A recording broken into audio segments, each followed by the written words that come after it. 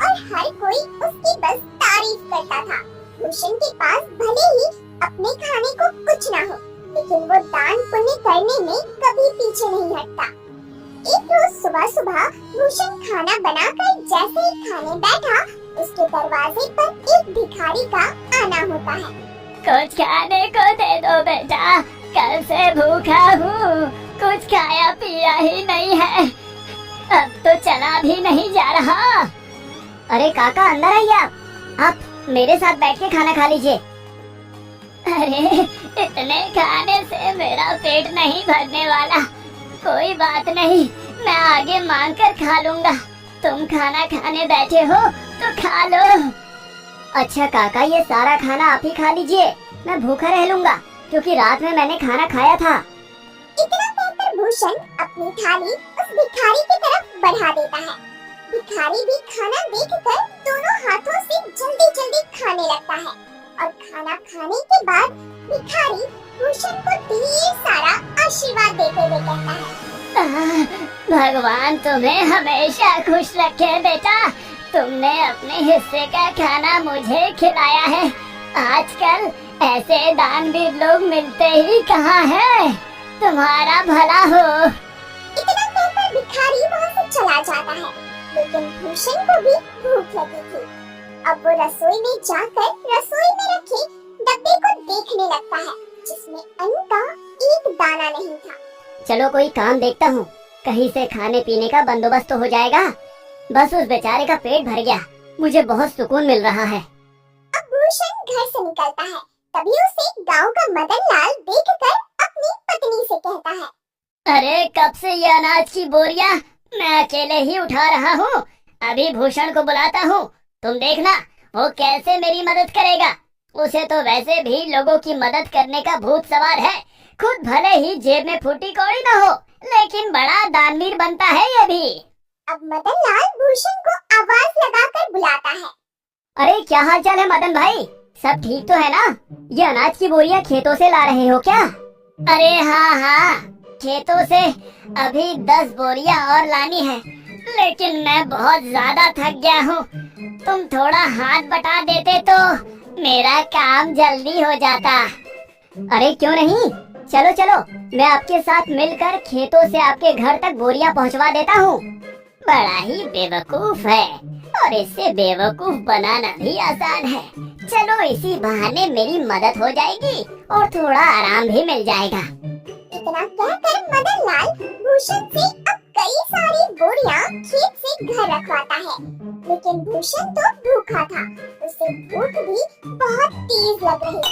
अब बोरियां रखने के बाद मदन लाल भूषण से कहता है, बहुत बहुत शुक्रिया भूषण भाई, अगर तुम न होते ना तो मुझे ये बोरियां ढोते ढोते रात हो जाती। कई घंटे बोरियां ढोने के बाद भूषण थक जाता है और अब वो उधार लाला की दुकान से राशन लेकर खाना बनाकर खाता है। अगली सुबह उसके दरवाजे पर किसी के रोने की आवाज आ रही होती है। भूषण नींद में होता है और दरवाजा खोलता है तो देखता है उसका पड़ोसी बिरजू अपनी पत्नी को पीट रहा है। अरे अरे बिरजू, तुम अपनी पत्नी को इस तरह क्यों मार रहे हो? अरे क्यों न मारूं, मेरी पत्नी मेरी मर्जी। तू कौन होता है बीच में बोलने वाला? देख बिरजू, ऐसे सुबह सुबह मारपीट करना सही बात नहीं है। पूरे गांव के लोग इकट्ठा होकर देख रहे हैं ये सब, ये अच्छा है क्या? अरे भूषण बेटा, तू भी किसे समझा रहा है? इसे समझाना मतलब अपना सिर दीवार पर मारने वाली बात है। जरूर सुबह सुबह चमेली से पैसे मांगने के लिए लड़ रहा होगा। पीने को पैसे नहीं होंगे ना इसके पास। अरे बुढ़िया, चुप कर, ज्यादा बोलने की जरूरत नहीं है। राम राम राम, आजकल के बच्चों को तो अपने से बड़ों से बात करने की तमीज ही नहीं है। अरे मैं तो तेरी माँ की उम्र की हूँ और तू है कि मुझसे बदतमीजी से बात कर रहा है। लेकिन मैंने तो नहीं कहा आपको कि मेरे बीच में बोलने के लिए। इतना कहकर बिरजू फिर से अपनी पत्नी चमेली को मारने लगता है, लेकिन भूषण से ये सब देखा नहीं जाता और वो बिरजू का हाथ पकड़ लेता है और उसे एक जोरदार तमाचा लगाता है। ये देखकर सारे गांव वाले ताली बजाने लगते हैं। बिल्कुल ठीक किया, ये इसी के लायक है। अरे अपनी पत्नी पर हाथ उठाता है और खुद को मर्द समझता है। हाँ? अरे भूषण भाई, आपने बिल्कुल सही किया। इसे तो मार मार कर गाँव से निकाल देना चाहिए। इसे तो मैं छोड़ूंगा नहीं। मुझे पैसे चाहिए। अगर मुझे शाम तक पैसा नहीं मिला ना तो इसे और भी मारूंगा। फिर देखता हूँ इसे कौन बचाने आता है। अबे ये ले पैसे, और अब जा यहाँ से। और अगली बार अगर तूने अपनी पत्नी पर हाथ उठाया ना तो तुझे थाने में डलवा कर अच्छे से कुटाई करवाऊंगा तेरी, समझा? बिल्कुल ठीक किया बेटा। इसके साथ गांव के ढेर सारे लोग ये तमाशा देख रहे होते हैं। उनमें से एक औरत भूषण से कहती है, आप सच में बहुत नेक दिल के हैं। हर किसी की मदद करते हैं, हर किसी का भला चाहते हैं। हम गांव वाले बस आपसे इतना चाहते हैं कि अगला हमारा सरपंच आप ही हो, ना कि वो सज्जन सिंह। अरे क्या बात कही है तुमने। ये बात तो काफी समय से मैं दिल में दबाए बैठी थी। अरे हाँ हाँ, बिल्कुल भूषण भाई, गांव का सरपंच बनिए तो गांव में विकास होगा, तरक्की होगी। उस सज्जन सिंह के पास तो गांव के लोग जाने से भी डरते हैं, और रही उसे कुछ बताने की बात तो कोई भी उसके सामने मुंह नहीं खोल पाता। भूषण हर किसी की हर तरह से मदद करता था, जिस वजह से गांव के लोग भूषण को अपना अगला सरपंच बनाने का फैसला करते हैं। अब सरपंच तक ये बात पहुंचती है। सरपंच तिलमिला उठता है। क्या इस भूषण की इतनी हिम्मत? थाने को लाले पड़े हैं, लेकिन सरपंच बनने का सपना देख रहा है। इसे तो मैं छोड़ूंगा नहीं। अरे हाँ मालिक, और तो और गांव वाले कह रहे हैं कि चाहे कुछ भी हो जाए सरपंच तो भूषण ही बनेगा। अब आपको ही कुछ करना होगा, वरना भूषण आपकी गद्दी लेकर ही मानेगा। सरपंच अब सोच में पड़ जाता है कि वो ऐसा क्या करे जिससे उसके रास्ते का कांटा भूषण हमेशा हमेशा के लिए इस गांव से चला जाए। अगले चुनाव में गांव के लोग भूषण को सरपंच बना देते हैं। अब ऐसे ही कई दिन बीत जाते हैं, और जब राशन देने की बारी आती है तो सरपंच बड़े ही चालाकी के साथ राशन में मिलावट करवा देता है, जो भूषण को बिल्कुल पता नहीं चलता। अरे बेटा, तुझे सरपंच बनता हुआ देख बहुत खुशी हो रही है। अब कम से कम राशन अच्छा तो मिलेगा, और समय पर भी। अरे हाँ हाँ, सब कुछ अच्छा ही होगा। आप लोगों ने इतना विश्वास करके मुझे इस गांव का कार्यभार संभालने का जिम्मा दिया है, और इसे मैं अच्छे से निभा सकूं, बस यही दुआ करिएगा। अरे हाँ हाँ, अब गांव में विकास और तरक्की आने से कोई नहीं रोक सकता। गांव में राशन बांटने के बाद सभी खुश थे कि उन्हें पहली बार पूरा राशन मिला है, वरना सरपंच सज्जन सिंह तो आधे से ज्यादा राशन काट लिया करता है।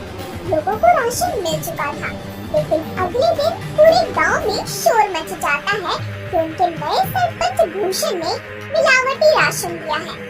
अब गांव वाले एक जगह इकट्ठा होकर भूषण से सवाल करते हैं। हमने तुम पर विश्वास करके तुम्हें गांव का सरपंच बनाया, और तुमने हमारे साथ ही विश्वासघात किया। भूषण बेटा, मुझे तुझसे ये उम्मीद नहीं थी। अरे राशन में मिलावट करके क्या मिला तुम्हें? तुम तो गांव के लोगों का हमेशा से भला चाहते थे, तो भला फिर राशन में मिलावट क्यों किया? इतना मिलावट तो सरपंच जी भी नहीं करते थे। हमने तुम्हें सरपंच बनाकर गलत फैसला ले लिया है। बिल्कुल ठीक कह रही है कलावती काकी। अभी के अभी तुम इस गांव से निकल जाओ। तुम इस गांव में रहने के लायक ही नहीं हो। ये सारी बातें चल ही रही होती है कि तभी वहाँ सरपंच आ जाता है।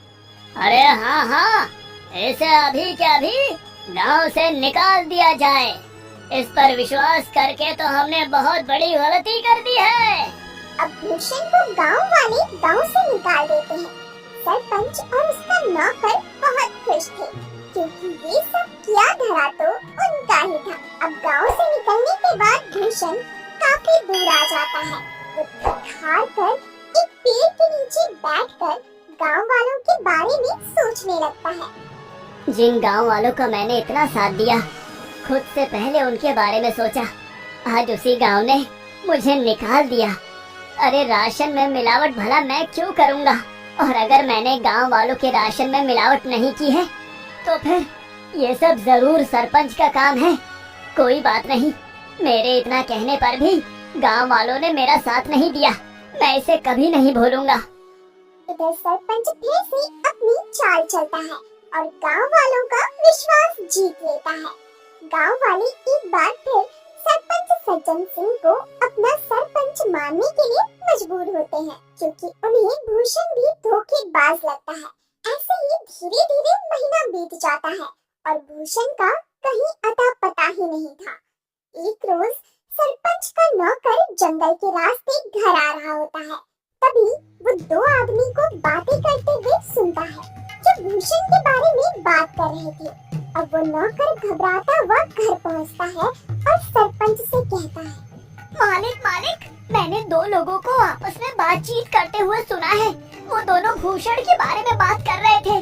वो जंगल में जो झोपड़ी है ना, उसी में भूषण ने आत्महत्या कर ली है और ये करीब एक सप्ताह पहले की बात है। इसका मतलब मेरे रास्ते का कांटा अब हमेशा के लिए मेरे रास्ते से हट गया है। चलो अच्छा है। और तो और मालिक, ये बात तो गांव वाले भी जानते हैं। न जाने उन तक ये बात किसने पहुंचाई। हो सकता है उन्हीं लोगों ने पहुंचाई हो जो बातें कर रहे थे। अरे गांव वाले बहुत ही मतलबी हैं। भूषण ने गांव वालों का कितना साथ दिया और गांव वाले भी यही कहेंगे कि भूषण ने शर्म के मारे आत्महत्या कर ली। गांव वालों के साथ साथ सरपंच को भी अब पूरा यकीन हो गया था कि भूषण ने आत्महत्या कर ली है। लेकिन कुछ दिनों बाद भूषण सरपंच के दरवाजे पर पहुंचता है। शाम का समय था, चारों तरफ अंधेरा छा रहा था। सरपंच अपने नौकर को आवाज लगाकर कहता है, अरे सामने देख जरा, कोई खड़ा है क्या? मुझे तो ऐसा लग रहा है कि सामने भूषण है, मतलब भूषण का भूत। मालिक, ये भूषण का भूत ही लगता है। ये आपसे बदला लेने आया है। मैं तो चला यहाँ से। मुझे भरी जवानी में नहीं मरना। मेरे 4 बच्चे हैं और 2 बीवियाँ हैं। सरपंच का नौकर इतना कहकर वहाँ से दुम दबाकर भाग निकलता है। भूषण जैसे जैसे आगे बढ़ रहा था, सरपंच पसीने से तरबतर था। ओहे रुक जा भूषण का भूत, तुझे क्या चाहिए? मैं तुझे सब कुछ देने के लिए तैयार हूँ, अपना घर, जमीन, पैसा, लेकिन मुझे मारना मत। मैं तुम्हें नहीं छोड़ूंगा। तुमने मुझे बदनाम किया है। अब तुम ही ये सच गांव वालों के सामने बोलोगे, वरना मैं तुम्हें मार डालूंगा।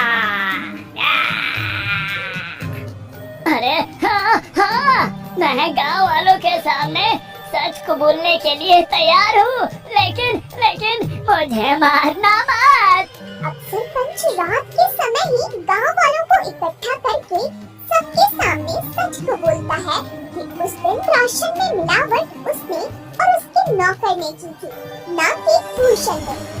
आप लोग भले ही मुझे भूत समझ रहे हो, लेकिन मैंने अपने आत्महत्या की खबर झूठी फैलाई थी ताकि मैं चोर को पकड़ सकूं, और चोर आप सभी के सामने है।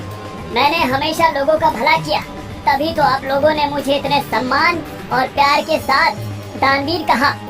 अरे हाँ भाई, मुझसे गलती हो गई, मुझे माफ कर दो। मैं तुम्हारे आगे हाथ जोड़ता हूँ।